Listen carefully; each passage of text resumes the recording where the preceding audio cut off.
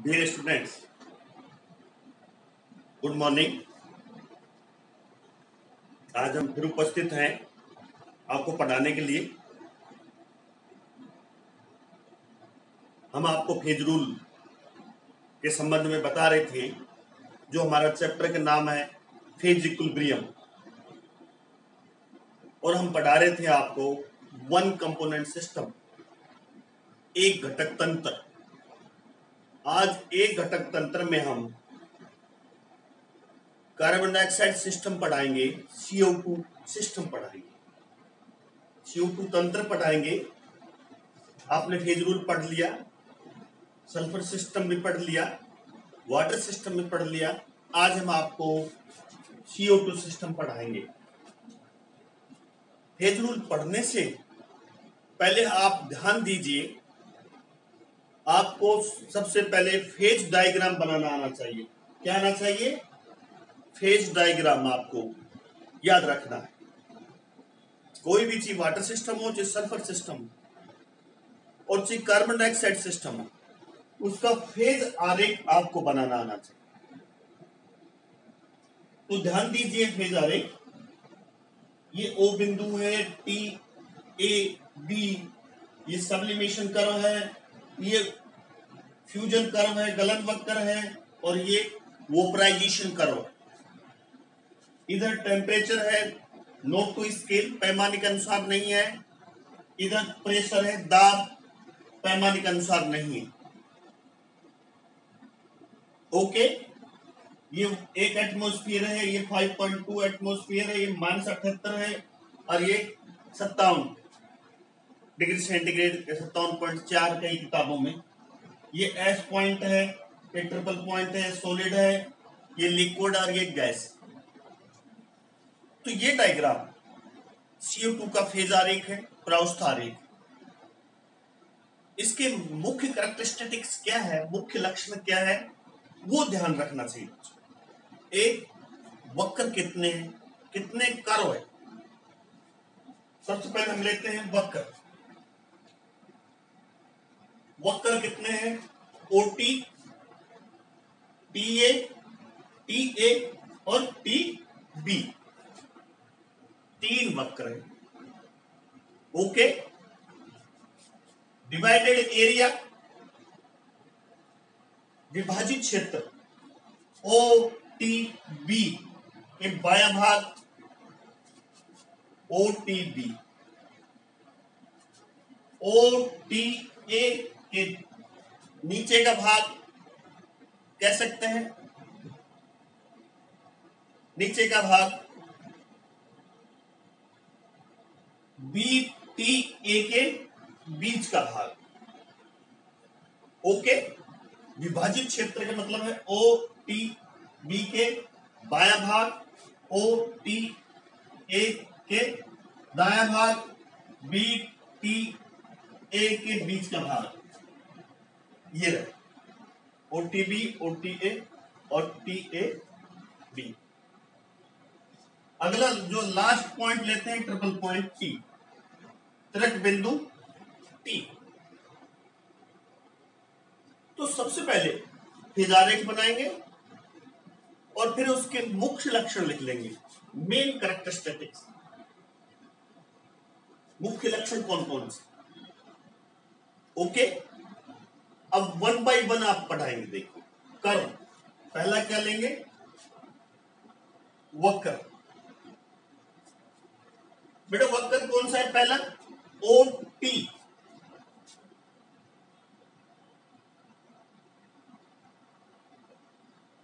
OT क्या है? OT ठोस CO2 का उदुरपातन वक्र है। कौन सा वक्र है ये? Sublimation curve of solid CO2।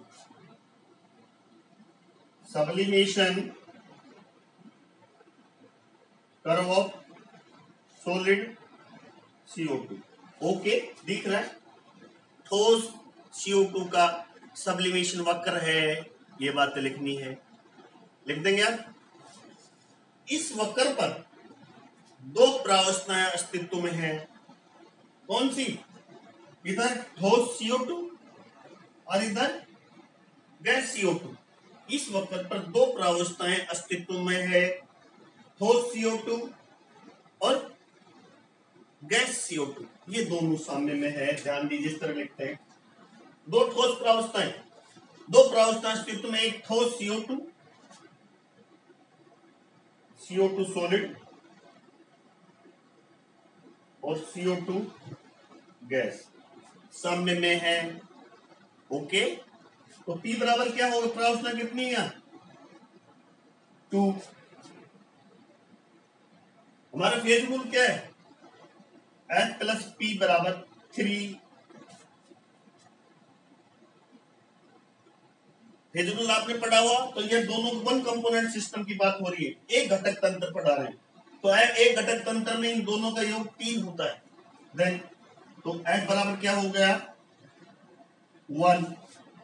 System कैसा है, 1 का मतलब है सिस्टम एक चर है, मोनोवेरिएंट है, इसलिए तंत्र एक चर है, ऐसे लिखेंगे, मोनोवेरिएंट है।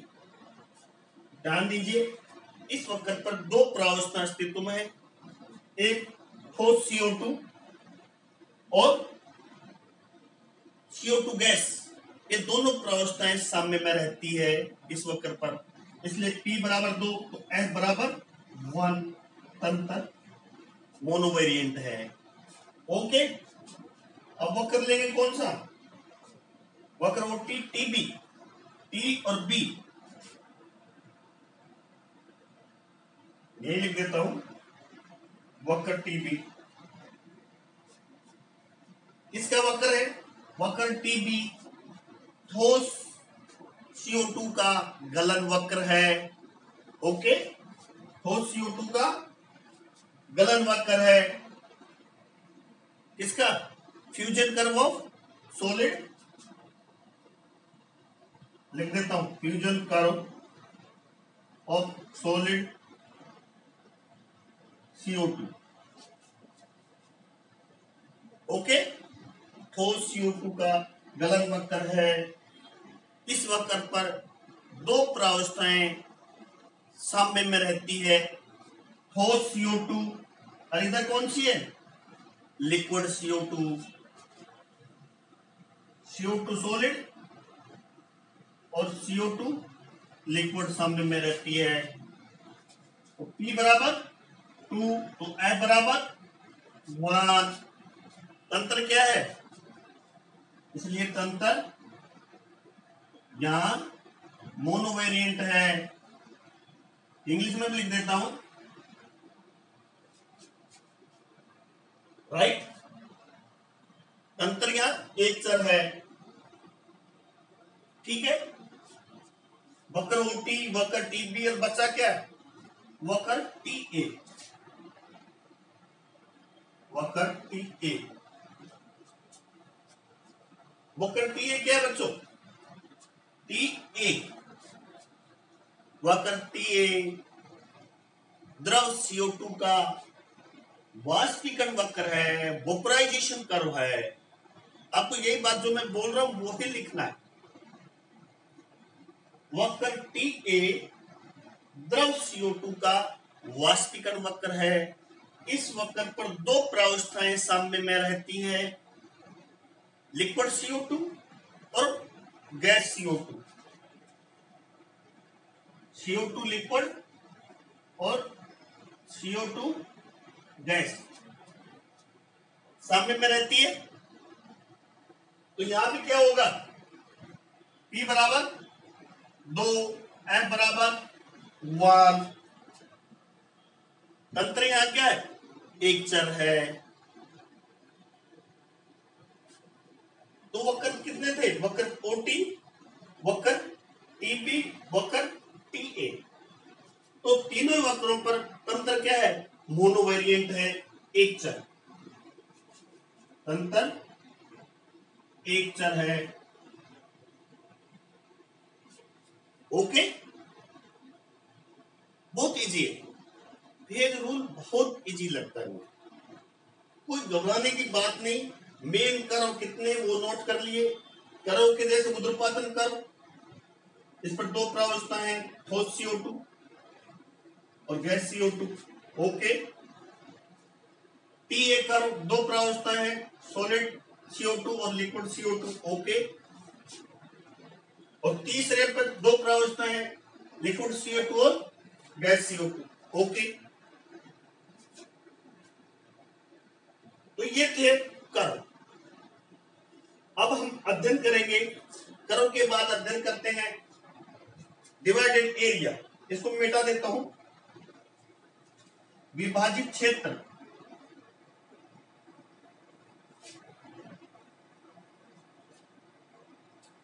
विभाजित क्षेत्र नंबर 2 जो ये है डिवाइडेड एरिया।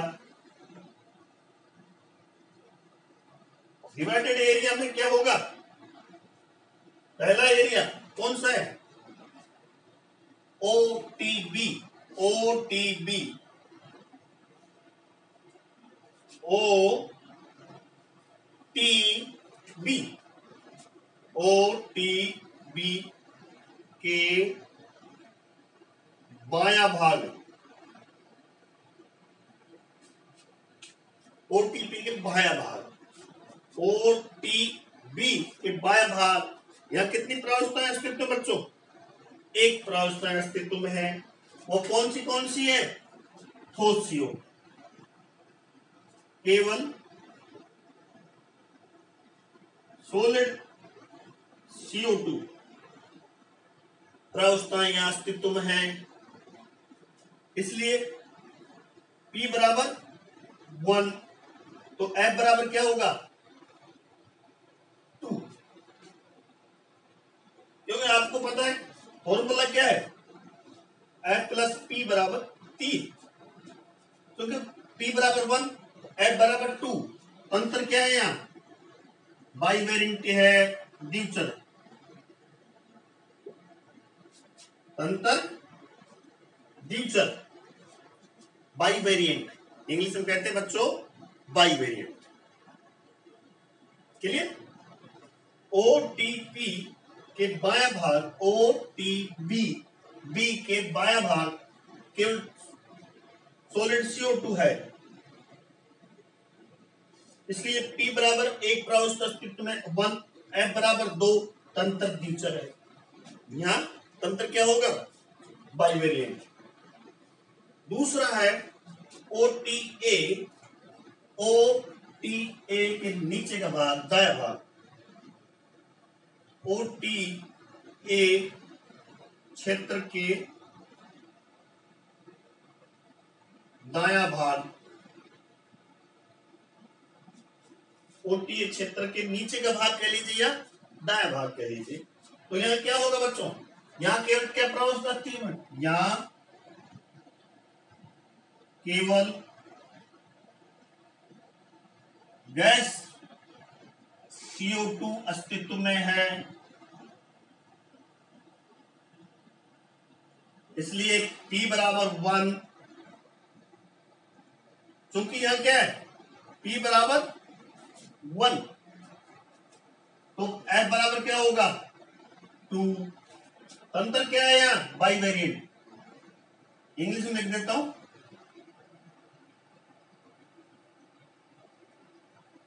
सिस्टम क्या है? यहां बाइवेरिएंट।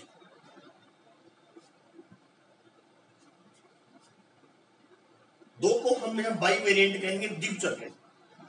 अंतर यहां द्विचर है, मतलब दो चर आ रहे हैं, ताप और दाब काम आ रहे हैं। तीसरा TAB। TAB के बीच का भाग, TAB के बीच का भाग। ध्यान दीजिए, TAB के बीच का भाग। यहां केवल एक ही प्रावस्था अस्तित्व में, कौन सी? द्रव CO2। केवल यहां केवल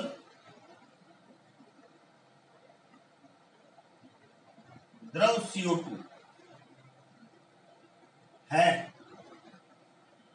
चूंकि P बराबर 1 तो F बराबर क्या होगा 2, तो यहां भी तंत्र क्या है पाई वेरिएंट,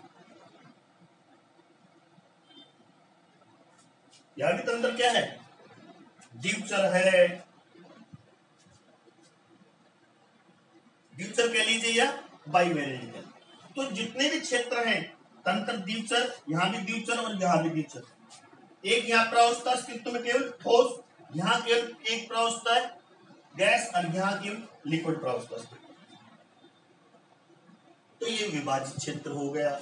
हमने ये कर लिया पूरा, ये कर लिया, बचा क्या ट्रिपल पॉइंट टी। उतार लीजिए, बहुत ईजी, घबराने की कोई बात नहीं।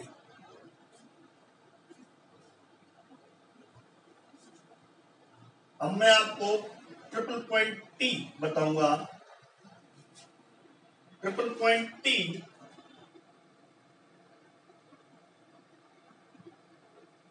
ये त्रिक बिंदु, त्रिक बिंदु पर टी करवा के मिलते हैं ओटी, बीटी और एटी। यहां 3 वक्र आकर मिलते हैं, यहां 3 वक्र कौन से ओटी, टीए एंड टीबी मिलते हैं।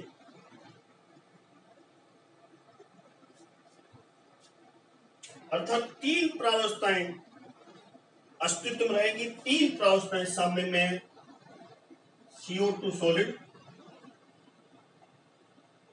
CO2 लिक्विड और CO2 गैस।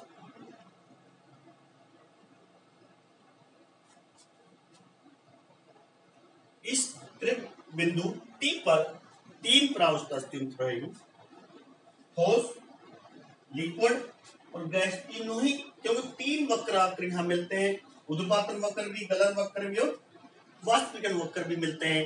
यहाँ 3 प्रावस्था अस्तित्व में है, तो P बराबर यहाँ क्या है 3, देन F बराबर क्या होगा बच्चों 0, क्योंकि फॉर्मूला क्या है, क्योंकि F प्लस P बराबर क्या होता है 3, तो P बराबर 3 तो F बराबर 0। मतलब यहां ट्रिपल पॉइंट टी पर तंत्र अचर है, नॉन वेरिएंट है, किसी चर की आवश्यकता नहीं है। यहां तंत्र अचर है, नॉन वेरिएंट। कहां ट्रिपल पॉइंट टी पर तंत्र अचर है, किसी चर के निश्चित की आवश्यकता नहीं है, क्योंकि चर ऑलरेडी निश्चित है, पहले से निश्चित है। दाब कितना 5.2 एटमॉस्फेयर और ताप कितना -57 डिग्री सेंटीग्रेड। यहां किसी चर न ताप को निश्चित करने की आवश्यकता है और न दाब को निश्चित करने की आवश्यकता है, वो पहले से ही निश्चित है। दाब कितना होना चाहिए टी बिंदु पर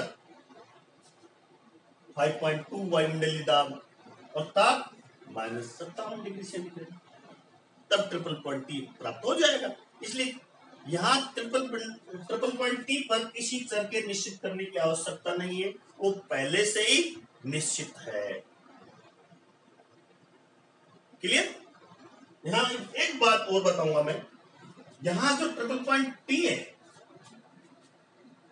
ये एक वायुमंडलीय दाब से काफी ऊपर है। कितने दाब पर है 5.2 वायुमंडलीय दाब पर ट्रिपल पॉइंट टी प्राप्त होता है -57 डिग्री सेंटीग्रेड। पुनः सुन लीजिए, जो आपने जल तंत्र पढ़ा था, वाटर सिस्टम पढ़ा था, इस CO2 सिस्टम में एक अंतर है, वहां जो ट्रिपल पॉइंट टी प्राप्त हुआ था वो 4.54 mm दाब पर प्राप्त हुआ था, जो एक वायुमंडलीय दाब से कम दाब पर प्राप्त हुआ था। लेकिन इस CO2 में जो ट्रिपल पॉइंट टी प्राप्त हुआ है वो एक वायुमंडलीय दाब से बहुत अधिक दाब 5.2 वायुमंडल दाब पर प्राप्त होता है। तो जल तंत्र और CO2 सिस्टम के ट्रिपल पॉइंट में यह अंतर है। क्लियर? क्योंकि एक वायुमंडल दाब से उच्च दाब पर यह ट्रिपल पॉइंट प्राप्त होता है। अब एक बात और समझाने की कोशिश करूंगा। एक एटमॉस्फेयर दाब देखिए, एक वायुमंडल दाब पर जो बिंदु S प्राप्त होता है, इसका मतलब है एक वायुमंडल दाब पर ठोस CO2 गैस -78 डिग्री सेंटीग्रेड पर उदुरपातित हो जाती है। सब्लिमेशन शुरू हो जाता है, उसका उदुरपातित हो जाती एक वायुमंडल दाब पर CO2 गैस -78 डिग्री सेंटीग्रेड उदुरपातित हो जाती है ना। विशेष बात इसमें एक वायुमंडल दाब पर, कई बार क्वेश्चन पूछ लेते हैं, एक वायुमंडल दाब पर ठोस CO2 के व्यवहार को समझाइए। तो एक वायुमंडल दाब पर ठोस CO2 का व्यवहार ये होता है, अब एक वायुमंडल दाब पर ठोस CO2 -78 डिग्री सेंटीग्रेड उदुरपातित हो जाती है। वायुमंडल दाब उदुरपातित होकर मतलब ठोस CO2 सीधी किस्म परिवर्तन हो जाती, गैस CO2 परिवर्तन हो जाती है, द्रव CO2 परिवर्तित नहीं होती। ध्यान दीजिए, एक वायुमंडल दाब और -78 डिग्री सेंटीग्रेड ताप पर ठोस CO2 उदुरपातित हो सीधे वाष्प में परिवर्तित हो जाती है, अर्थात गैस में परिवर्तित हो जाती है, द्रव CO2 में परिवर्तित नहीं होती। ये मुख्य बात है। ये एक वायुमंडल दाब पर इतने डिग्री सेंटीग्रेड पर जब ठोस CO2 को गर्म करते हैं तो ठोस CO2 इसमें चेंज हो जाती है, गैस CO2 में परिवर्तित हो जाती है, द्रव CO2 परिवर्तित नहीं होती।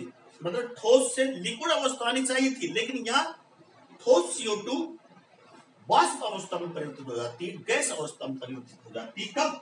एक वायुमंडल दाब पर। सुन गया? अब मान लीजिए हम उससे विपरीत बात करें, गैस CO2 को ठंडा करें, गैस हमारे पास गैस CO2 को ठंडा करें तो -78 डिग्री सेंटीग्रेड पर, और एक वायुमंडल दाब पर यह किस में चेंज हो जाएगी? ठोस CO2 में परिवर्तित हो जाएगी, जिसको हम क्या कहते हैं सामान्य भाषा में? शुष्क बर्फ, ड्राई आइस।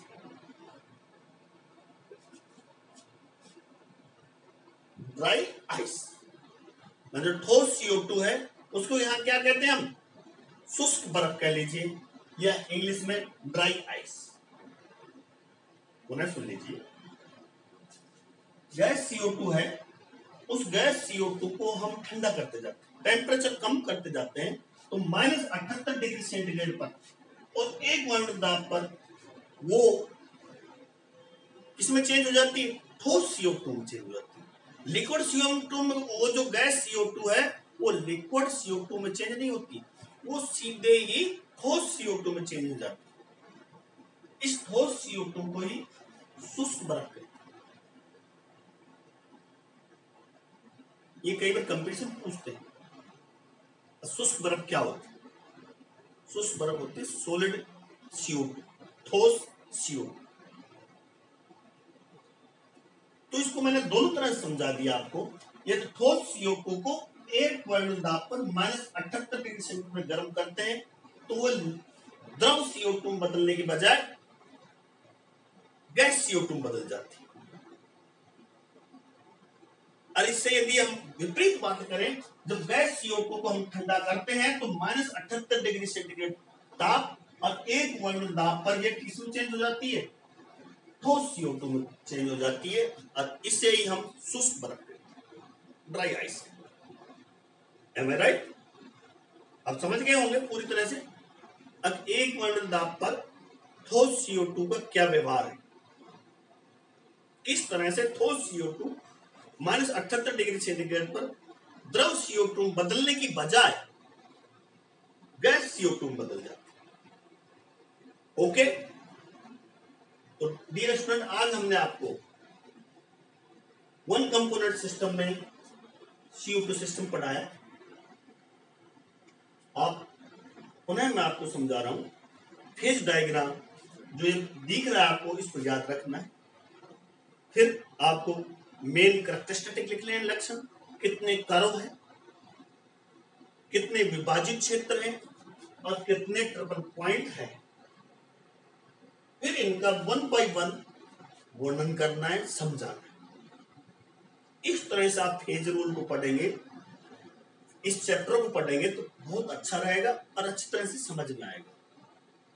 तो डियर स्टूडेंट, मैं professor Ramanand Yadav, government RR college Alwar, Rajasthan, department of chemistry. आपको यदि मेरे चैनल पर नहीं समझ में आया, मेरा वीडियो नहीं समझ में आ रहा, तो मैं समझाने का और प्रयास करूंगा अगले वीडियो में। आप मेरे YouTube channel study with Ramanand Yadav को शेयर कीजिए, लाइक कीजिए और सब्सक्राइब कीजिए। यह बहुत जरूरी है सब्सक्राइब करना, क्योंकि जैसे आप सब्सक्राइब करोगे तो मेरा प्रत्येक वीडियो आपके पास ऑटोमेटिक आ जाएगा। आपके जो फोन है उसमें अपना आप ऑटोमेटिक मेरा जो भी मैं वीडियो बनाऊंगा आपको इंटीमेशन हो जाएगा। अब डॉक्टर रामानंद ने वीडियो बनाया, प्रोफेसर रामानंद ने वीडियो बनाया, इसलिए आप सब्सक्राइब जरूर कीजिए। आप सब्सक्राइब करेंगे तो प्रत्येक वीडियो आपको मिल जाएगा, आपको इंतजार करने की आवश्यकता नहीं, आपको सूचना मिल जाएगी अपना आप। और विस्तृत अध्ययन ज्यादा पढ़ना चाहते हैं आप, तो आप मोना प्रकाशन जो अलवर से प्रकाशित होती है वो बुक्स पढ़िए, बहुत अच्छी है, पूरा विस्तृत दिया हुआ है। तो thank you very much, best of luck, chemistry बहुत कीजिए, पुनः बेस्ट ऑफ लक।